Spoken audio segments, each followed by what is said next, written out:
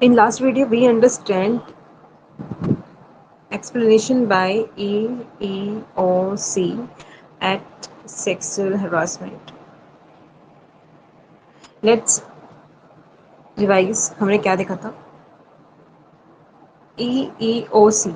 What it stands for? Equal Employment Opportunity Commission. इन्होंने क्या बताया था? एक डेफिनेशन दी थी सेक्सुअल हरासमेंट की. इन्होंने 3 चीज़ें बताई हैं. सेक्सुअल हरासमेंट हम कब कहेंगे? जब अनवेलकम सेक्सुअल एडवांसेस हो, कोई अपने आप से ही स्टार्ट कर रहा है कुछ भी, वो नहीं जो फीमेल या मेल है, they are not inviting anyone and it's unwanted, then this is unwelcome sexual advances. Next is request for sexual favours. Sometimes what happen कि अपोजिट जो जेंडर होता है, they request to the perpetrator, जो मतलब जिसको शिकार करना चाहते हैं, जिसका, उनको क्या करते हैं, वो रिक्वेस्ट करते हैं कि उनको सेक्सुअल फेवर्स करें, आइदर इन देयर विलिंग्स, कि वो चाहते हैं कि वो उनके साथ कोई कांटेक्ट करें, बाय फिजिकली और मेंटली. एंड थर्ड क्या बोला है ईईओसी ने सेक्सुअल हरेसमेंट में, और क्या क्या कब बोलेंगे इसको हम, इसके और कैरेक्टरिस्टिक्स क्या होते हैं? वर्बल फिजिकल कंडक्ट, वर्बल या फिजिकल कंडक्ट में भी हो सकता है कोई अपोजिट जेंडर जो है उसको फिजिकली परेशान कर रहा हो, फिजिकली कंडक्ट से या वर्बल कंडक्ट से. वर्बल यानी कि अगर वो डेली की डेली, अगर वो फोन क्या करता है, कॉलिंग पे क्या करता है, बात फ़ोन मिलाते हैं और वो परेशान कर रहा है, तब भी उसे क्या माना जाएगा? Verbal sexual harassment. गर्ल के मतलब फीमेल के मना करने के बाद भी अगर मेल उसको परेशान कर रहा है, डेली कॉलिंग कर रहे हैं, then this is verbal sexual harassment. And same in the case of male. अगर male doesn't want to be in contact of female, but still she is contacting her daily and using some rough language that he doesn't want it, then this is also a verbal sexual harassment.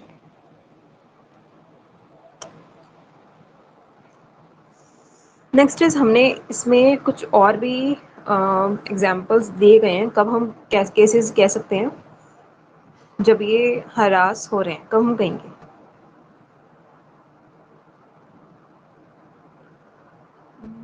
एक second. तो ये तो हमने देख ही लिया, ठीक है. तो हमने अपनी 3-4 चीज़ें भी याद रखना. First is unwelcome sexual advances, request for sexual favours, other verbal or physical conduct of a sexual nature constitute sexual harassment.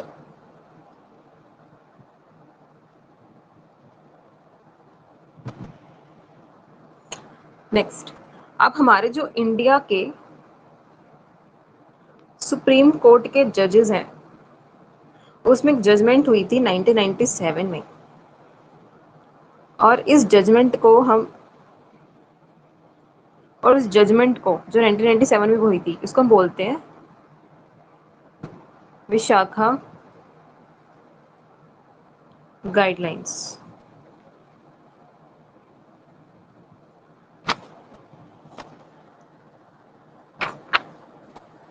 इसमें क्या बोला गया था इस जजमेंट में, विशाखा गाइडलाइंस में? इसमें बोला था गया था कि जो ये इश्यू है ना सेक्सुअल हरासमेंट का वर्क प्लेस पर, ये सिर्फ हमारा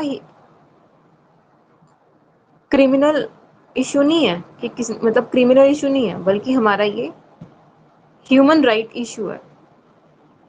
मतलब ये इंसानियत का बोला है कि भाई इंसानियत है, कि इंसानियत ना होना,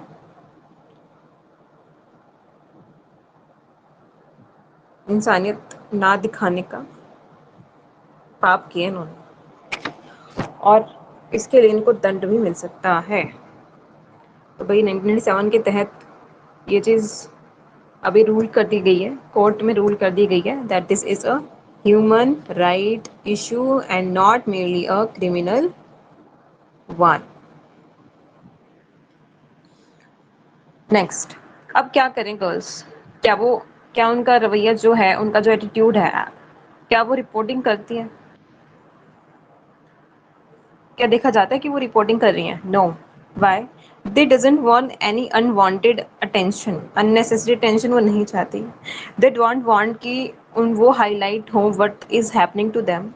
instead of reporting, what they like to do is they to prefer to switch off job, कि जॉब को भी स्विच कर लेते हैं कि कहीं और काम कर लेंगे, या फिर उसको क्विट कर देते हैं, मतलब क्विट करके घर बैठो या और जो कोई जॉब करो, लेकिन हम रिपोर्टिंग नहीं करते।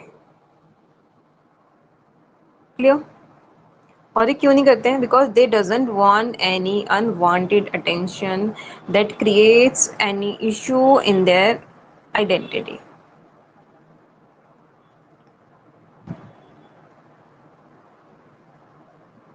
और ये एक और चीज़ है, अगर हमारे जिस ऑर्गेनाइजेशन में हमारे साथ जैसा हो रहा है, अगर वहीं की वहीं जो फीमेल है,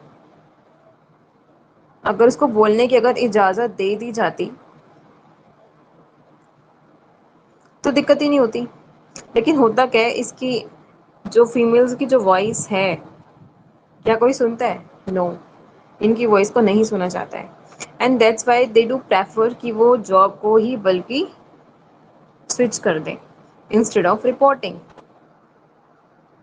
तो ये ऑर्गेनाइजेशन का जो एक स्ट्रिक्ट एक्शंस ना लेना, और ये बल्कि कितनी बार ऐसा होता है कि जो ऑर्गेनाइजेशंस होती हैं वो कहती हैं फीमेल्स को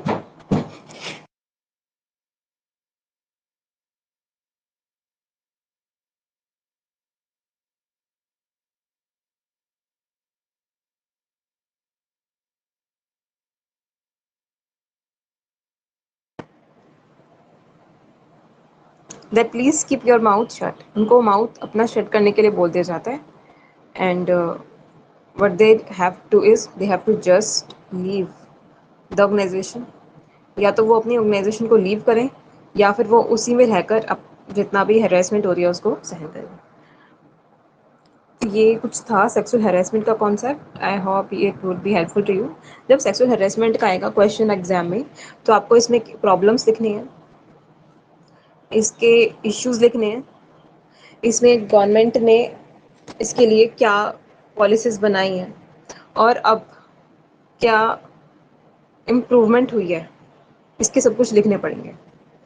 तो अगर प्रॉब्लम भी पूछा जाए तो इसमें गवर्नमेंट की पॉलिसीज़ एंड इश्यूज़ भी, सॉरी, गवर्नमेंट की पॉलिसीज़ और हमने जो हमारे सोसाइटी में जो चेंजेस आ रहे हैं वो हम मेंशन करेंगे।